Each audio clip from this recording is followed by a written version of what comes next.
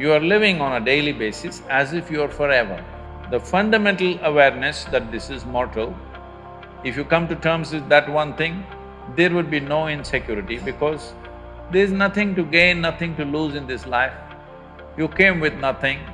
Whatever the hell is happening, you're on the profit side.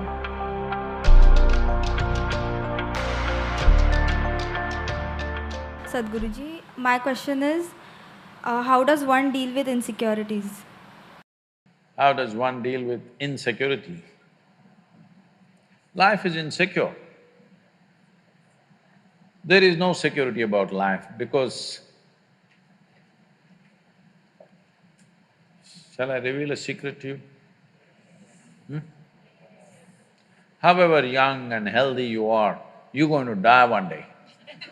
I'll bless you with a long life, but you will die one day. Is it okay? No?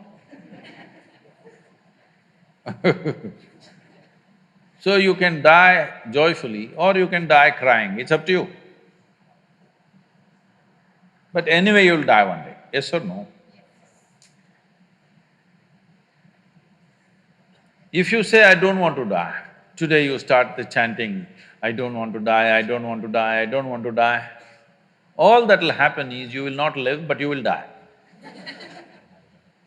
Yes? The fear, I don't want to die, will make you not live, but it will not make you not die. Anyway, you will die. Coming to terms with mortality is one very important thing. If you don't come to terms with mortality, you're living in a fancy world of unreal world, not in the real world. The real world is, we come and go. So many countless number of people have come and gone before us, isn't it? You're you're in an institution from 1857. I was just wondering how they started an institution in that year because in that year there was such turmoil all over the country. 1857. Lot of upheaval in the country, but somehow somebody managed to start an institution.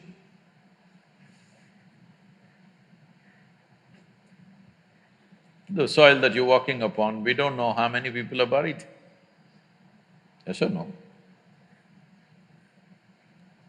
All these countless people, number of people who walk this planet before you and me, where are they? They're all topsoil. Yes or no? This will also become topsoil one day, unless your friends choose to bury you real deep, fearing you may raise from the dead. There have been certain instances. This happened. There was an old couple in Texas, over 75 years of age. It was their dream to go to the Holy Land or the Jerusalem. But because of business and then children growing up, going to the university and their marriages and da-da-da, they never made it. When they're over 75 years of age, they made the trip to Jerusalem. Jerusalem is a place where every cobblestone reeks of history. So they walked that pathway where Jesus is supposed to have walked. They went to that place where he's supposed to have walked on the water and many things like this. They were overwhelmed by this whole experience. And unfortunately, the lady had a heart attack and she died. Then the man was preparing to take her body back to Texas. But then the local people approached and said, see, Jerusalem is the Holy Land. This is the right place to die. She's done the right thing. So let's do all the rituals here and bury her here. And it just costs you $25,000. Because if you take her back to Texas, just the transportation costs $18,000 and local charges, and in America the cemetery charges are very heavy. All this put together, you will spend much more money, and above all, she's chosen to die in the Holy Land. This is where she must be buried, let's do it. The man said, no, I'm taking her back to Texas. They said, see, you're very distressed because of your wife's death. You're not able to think straight, we can understand. So we will give you a super discount, $15,000. This is a haggling place, you know. Let's do it.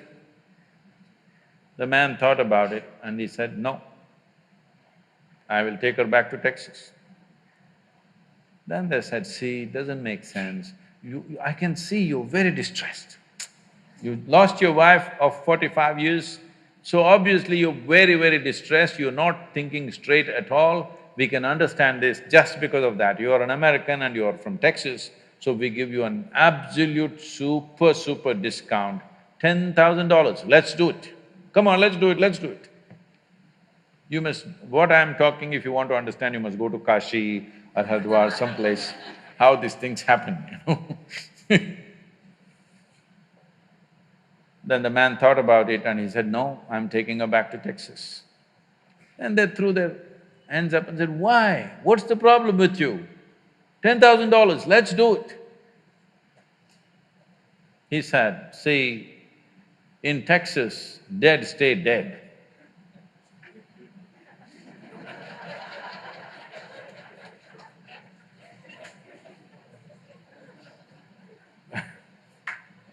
So, if you come to terms with your mortality, security, insecurity, all these things will go. You are living on a daily basis as if you are forever. The fundamental awareness that this is mortal, this is here only for a limited amount of time. If this was a normal conscious thing for you, you would put your life to best use, for sure. And if you come to terms with that one thing, there would be no insecurity because there's nothing to gain, nothing to lose in this life. You came with nothing. Whatever the hell is happening, you're on the profit side. Yes or no? Huh? Isn't it so? Did you come with investment? No. You come with nothing. So whatever the hell is happening, you're always on the profit side, isn't it? And anyway, they don't allow you to take a container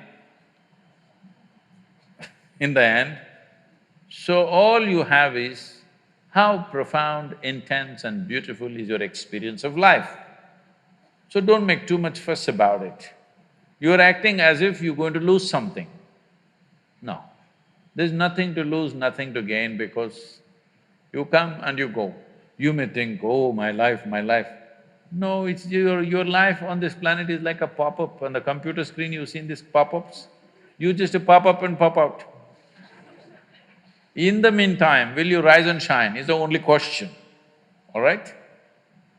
So if anyway you shine, sometimes you may be seen by people, sometimes you may not be seen by people. The important is you are shining within yourself and that's all that matters. If people have eyes, they will see it, if they have no eyes, they won't see it, that's their problem. But you are living an intense and profound life, that's all that matters here. If you understand this and if you bring this into your life, insecurity will not happen because security can happen only in death.